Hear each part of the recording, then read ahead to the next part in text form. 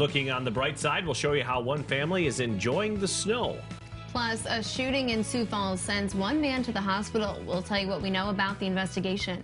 And losing a loved one is difficult. We hear from two sisters about losing their sibling to suicide. Good morning. This is KELOLAND on the go with all you need to know in news and weather as you start your day. People in KELOLAND worked night and day to get ahead of the snow piling up in their own driveways and sidewalks. The residential areas of Sioux Falls were full of people shoveling and blowing snow. However, with Saturday's wind, it has been a little difficult to stay on top of the task. Sioux Falls resident Tom King says he was out all afternoon yesterday shoveling snow, but had to go back out after the wind. Ended up getting up this morning at 5 o'clock, coming out and seeing it all blown over. So I've been out about 3 or 4 times today, just keeping the driveway clear. Even with the sun out, temperatures will be cold. The winter storm has moved through and the cold has settled in. Let's find out how long the cold temps will last with meteorologist Scott Munt. Well, cold start. Temperatures are below zero across much of central and eastern KELOLAND. We will warm above zero today, barely above for some of us. That will happen with a lot of sunshine. Warmer tomorrow. Temperatures return to the 20s in eastern KELOLAND, 50s in western South Dakota, and I'd say near 30 starting on Wednesday, and that may last through the rest of the week. And we just have slight chances for light rain or light snow. Brian Carsons may talk a little more on that coming up in just a couple of minutes. Well, Scott, a winter storm isn't ideal, but some people were looking on the bright side. While some drivers needed to pull cars out of the snow, this mom is pulling her 2 kids in a sled. Carrie Morgan and her mom decided to spend a snowy day with the family. We enjoy getting out. We've been enjoying this winter sledding. So, yeah, today we were like, we should go on a walk and get some fresh air and enjoy the snow. But the weather wasn't fun and games for everyone. Sisters Jessica Robbins and Emily Kunert are grieving the loss of their sibling, Benjamin Ashley Nelson.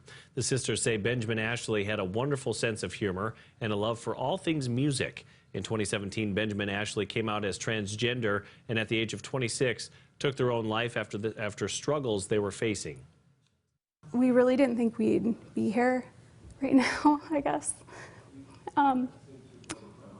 But it's important to talk about suicide when it happens, and I know it's taboo, and I think that the more people talk about it, the more open conversations, honest conversations people can have with each other. The sisters want to share their sibling's story as a reminder to not give up and to reach out to one another in times of need.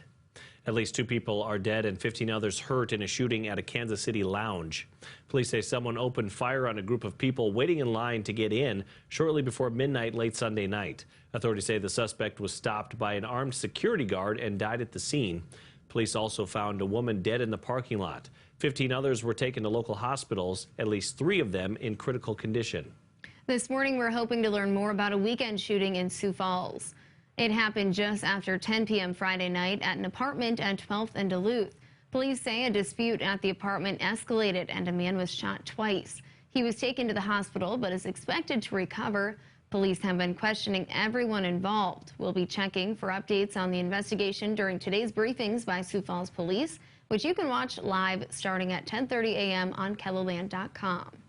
We have learned the name of the man who died in a crash a little over a week ago near Nemo, South Dakota. 66-year-old Daniel Johnson of Nemo was the driver in the one-vehicle crash. He was pronounced dead at the scene. No one else was in the car. The car had gone into the ditch. Johnson tried to drive out, and the car hit a tree. Rapid City's police chief says arrests for drugs, aggravated assaults, and vehicle thefts are the highest they've been since 2012. Chief Carl Jegres noted that drug arrests have more than doubled since 2012. Police officers made more than 1,500 drug arrests in 2019 compared with 734 in 2012. The chief said that the increase is due to the state's meth crisis and repeat offenders. Data also shows officers handled 389 aggravated assault cases last year, the highest since 2012. There were 344 vehicle theft cases in 2019 compared with 289 the year before and the most since 2012. Brian?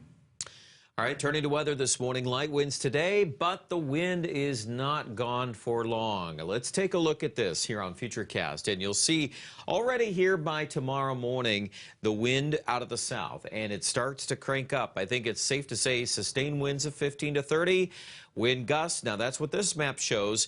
40 miles per hour in Huron and Watertown and Marshall. That's already through midday tomorrow. Sioux Falls may not be quite that strong, but even Sioux Falls will gust at least over 30. So those are things to consider here on your Tuesday forecast. And even into tomorrow night and early Wednesday, it'll still be quite windy. Wednesday looks a little better on the wind.